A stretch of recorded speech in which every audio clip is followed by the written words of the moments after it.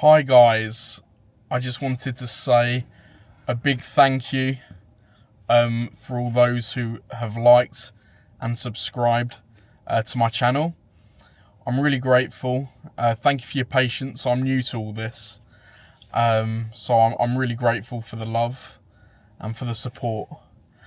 I just thought I'd share a little bit about my evening. So just finished the gym, and I thought I'm going to go to the oldest church in Folkestone, St Martin's, I believe, up Horn Street. And I thought I'd do a little ghost hunt because it's an old Saxon church. And then after that, I believe it became residence for one of the royal family or someone related to the royal family. And then it became a church again.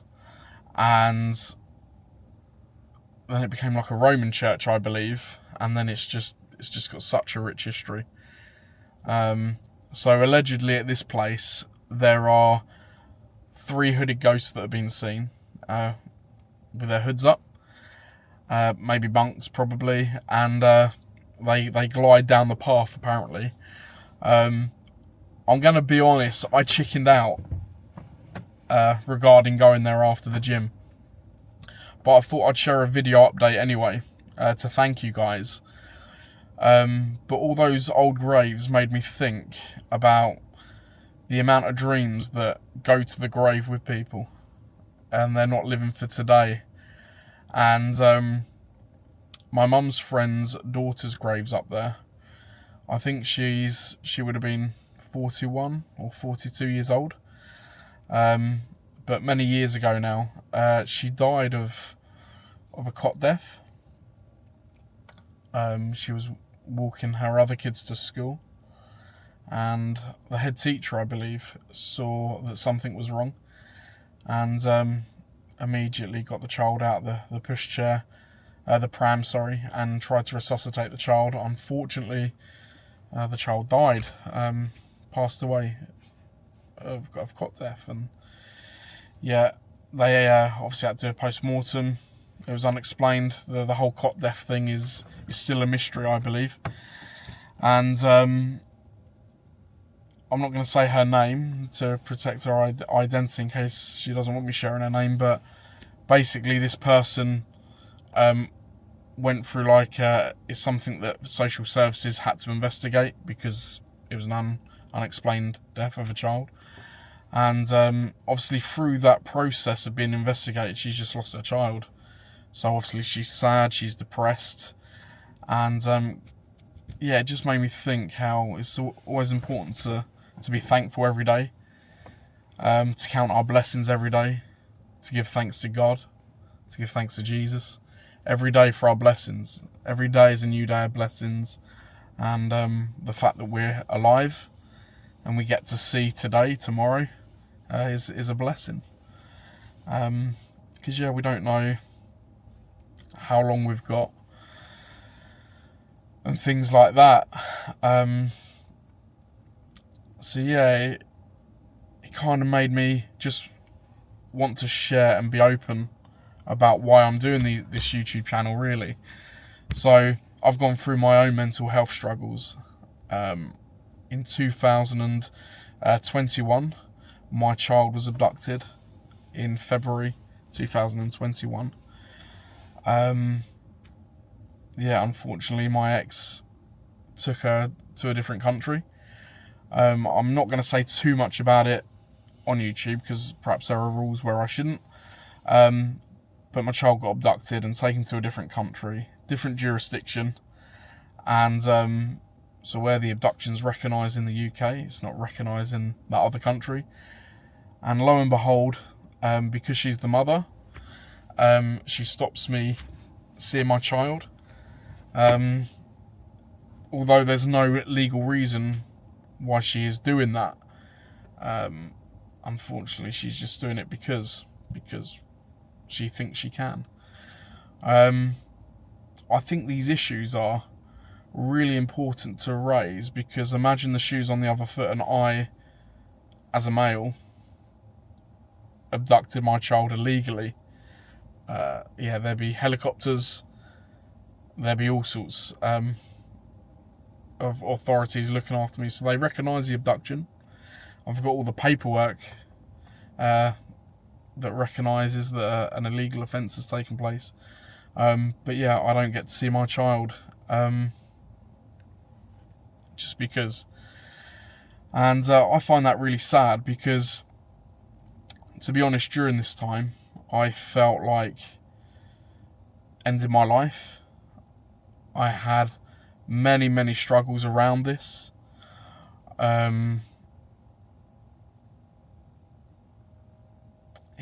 even talking about it now is quite difficult. And the organisation that saved my life, I believe, was an organisation called Dads Unlimited. They gave me free counselling. They recognised like the abuse that had gone on, the coercive abuse, the abduction, and they put me through for their counselling on their programme. And unfortunately, that organisation, that charity, is now shut down. They didn't have the support from the government, and I felt sad about that when that organisation closed down. I think that's been in the last 6 months, and although I've been kind of managing by myself after a period of time, I recognise that organisation saved my life. And now they're closed down, so they don't get the government funding. Like, for example, Women's Aid get a lot of funding, get millions and millions of pounds each year, and I'm sure they do a good job, and they help a lot of victims, people that have been in trouble. But also, men need support as well, because there are 500 cases where a child is abducted and taken out of the UK. Statistically, it's mainly by the female. 500 cases each year where the child is then alienated from the father. And yeah, child alienation's a big thing, but it does not get the media coverage.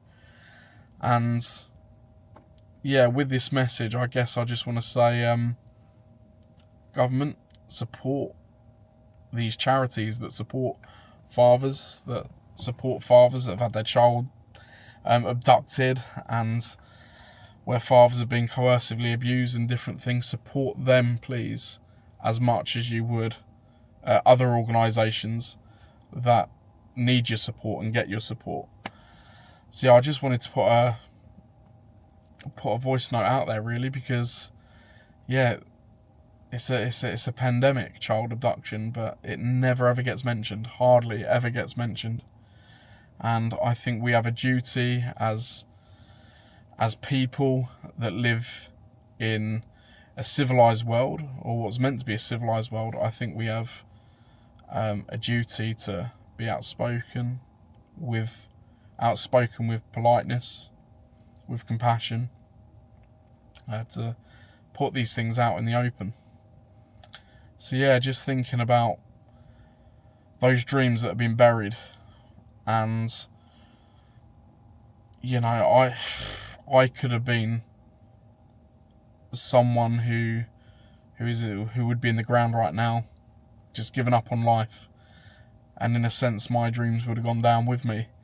But yeah, with this video and with other videos, I'm doing this YouTube channel for my daughter, and for those who have suffered from, you know, mental health crises, to get people talking. I don't claim to be a counsellor or a psychologist or any of these things. I'm just a man that's gone through a really traumatic experience, and yeah, just talk, just share. If ever you feel like it's the end, talk to someone. So a year after, well, I say a year, nearly a year after my child was abducted, one of my friends, a local lad, I'm not sure I should say his name, but my friend unfortunately killed himself by jumping off a cliff St Margaret's Cliff. And the thing that I find difficult was he was a qualified counsellor, so he knew to talk, but he must have just felt so heavy. I spoke to him the night before he did this, and everything seemed fine. There was no clues that this was going to happen, and I knew he'd been on antidepressants for just over 2 years up to that point. And I just wish he had said something. I wish he had said something.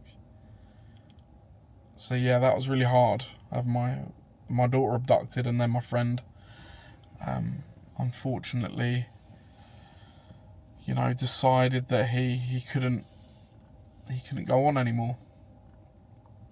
And I just encourage, not from the voice of a counsellor, not from the voice of a psychologist, but just a regular guy, talk to someone, bounce off someone. Don't hold it up in your heart.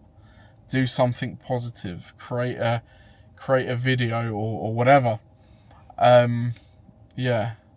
And for all those guys out there that are alienated from their children, okay, we can work.